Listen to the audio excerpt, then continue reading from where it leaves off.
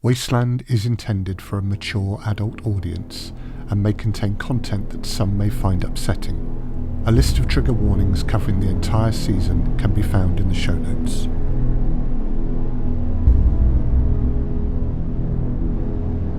You're listening to Wasteland, a Dex Legacy Story. Interlude 1, Blood and Tears. Starring Sophie Macnair, George Stagnell, Marie-Claire Wood and Karim Kronfli.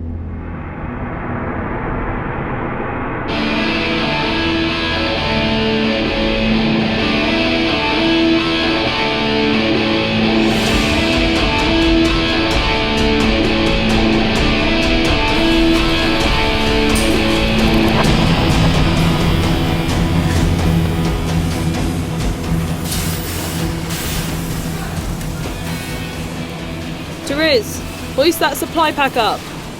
No, to the left. The left. Yes, that's the one.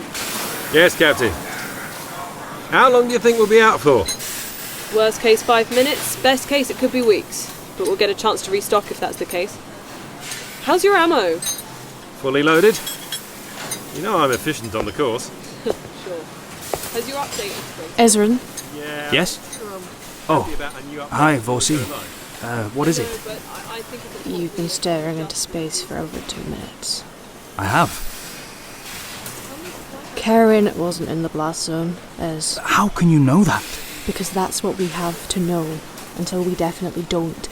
But until we definitely don't, she's escaped, and she's alive. Vorsie, you saw that footage. I saw it. If she was in Rhone, I don't want to lose... When did you last talk to her? Yesterday. Morning or afternoon? Morning. And? She wasn't leaving. She didn't say anything about... It would have been last minute, and she wouldn't have known. How can you know? Because the generals wouldn't have wanted to give the Ronins any warning. I don't suppose anyone left until last night, or this morning, and then she'd be too busy to call. Maybe. Karen Vreska. Is she related to Gorga Vreska, the journalist? No, but she's just as hot. Hey, she's the only reason I care about the news. Have you loaded up your science project yet? She's ready to go. And she does have weapons. Vorsie, a light gun in each leg is hardly a rocket launcher. She has 8 legs, Ezran. Yeah, I know, but she has to stand on some of them. I've been working on that. Oh? Yep. You might be surprised.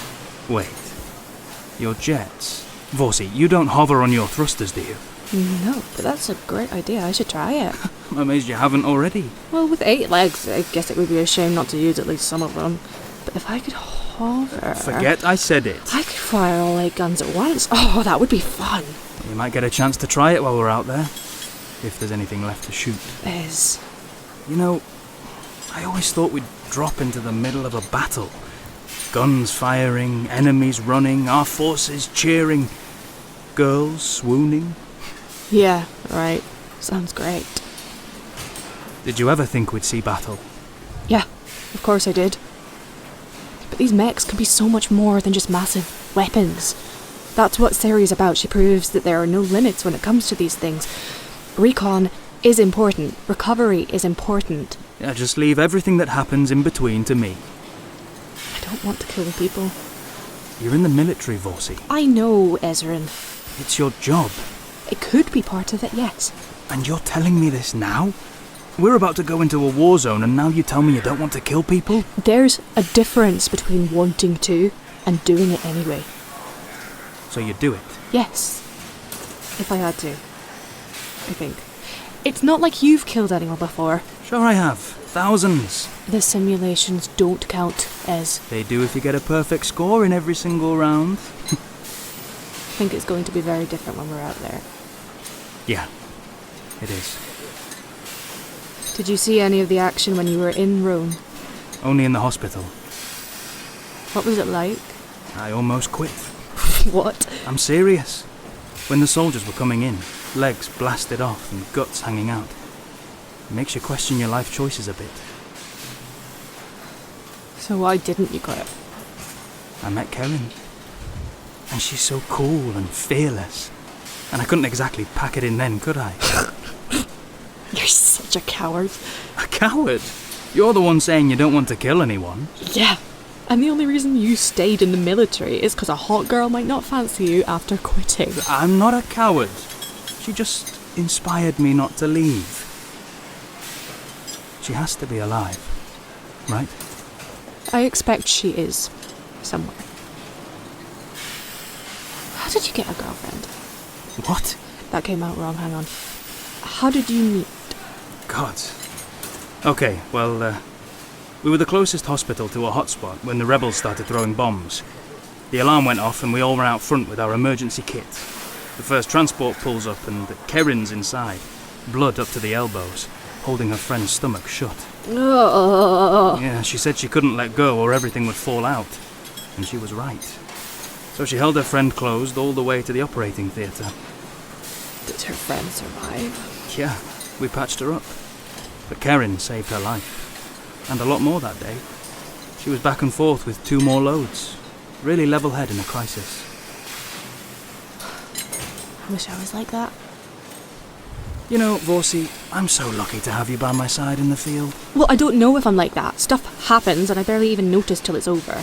I get into a task, everything else disappears. But you do alright in the simulations. Yeah, well, that's a task. Ah, so if the task is pushing forward into an enemy-occupied area... Then that's what I'll do. Okay. Oh, and I hate blood, so don't expect me to hold anyone's guts in. You hate blood? Any bodily fluids, really. Saliva, snot, sweat, pus, vomit, blood, tears. Tears? They're gross. Body-made salt water leaking out all over your face. Ugh. Didn't you cry as a kid? Not much, no. Makes sense. That's why I hate onions. They make my eyes water and I can't. That's why? You told us you were allergic. I stopped making onion soup. I appreciate that. Now, onion soup is my favourite. It's what my mum made me when I was sick. You think that's reasonable? You don't like lemons because they're sour. Yeah, so what? Is that reasonable? Yes, they make me shudder.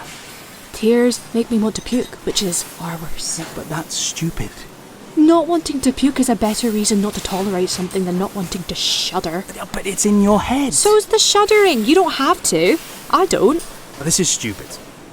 You're right. In a couple of hours, I'll be happily ensconced inside Ciri's orb. Did you just construct your fantasy space? What do you mean? You in a little transparent ball. Everyone else on the outside where they can't sneeze on you. Oh. If it was my fantasy space, it wouldn't be transparent. It would be opaque. And nobody would bother me at all. You're such a weirdo. And the weirdo is going to have your back out there. Stuck on a shaft, I'll climb down and get you. Your mech needs his arm reattaching in the middle of a fight. Ciri's got you covered.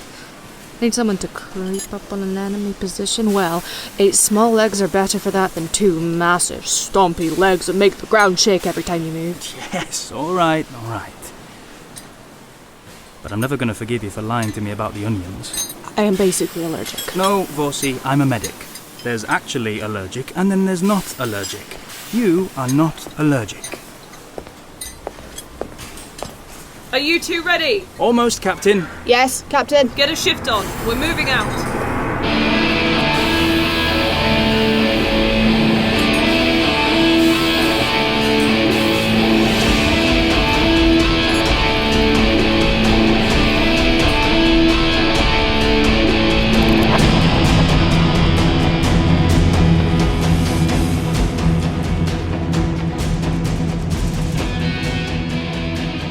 In Interlude 1 of Wasteland, a Dex Legacy Story, you heard Sophie Macnair as Sergeant Izeri Borsouza, George Stagnell as Sergeant Trevor Ezran, Marie-Claire Wood as Captain Sarra Sax, and Karim Kronfli as Lieutenant Quentin Therese, with music by Dr. Alan Stroud.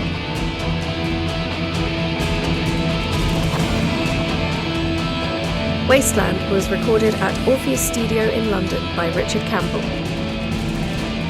Wasteland, a Dex Legacy Story was written by me, Emily Inkpen, and produced by Alternative Stories. If you enjoyed that episode, please like, subscribe, and leave a review. It really does help. If you would like to find out more about the show and the wider Dex Legacy universe, please visit www.thedexlegacy.com.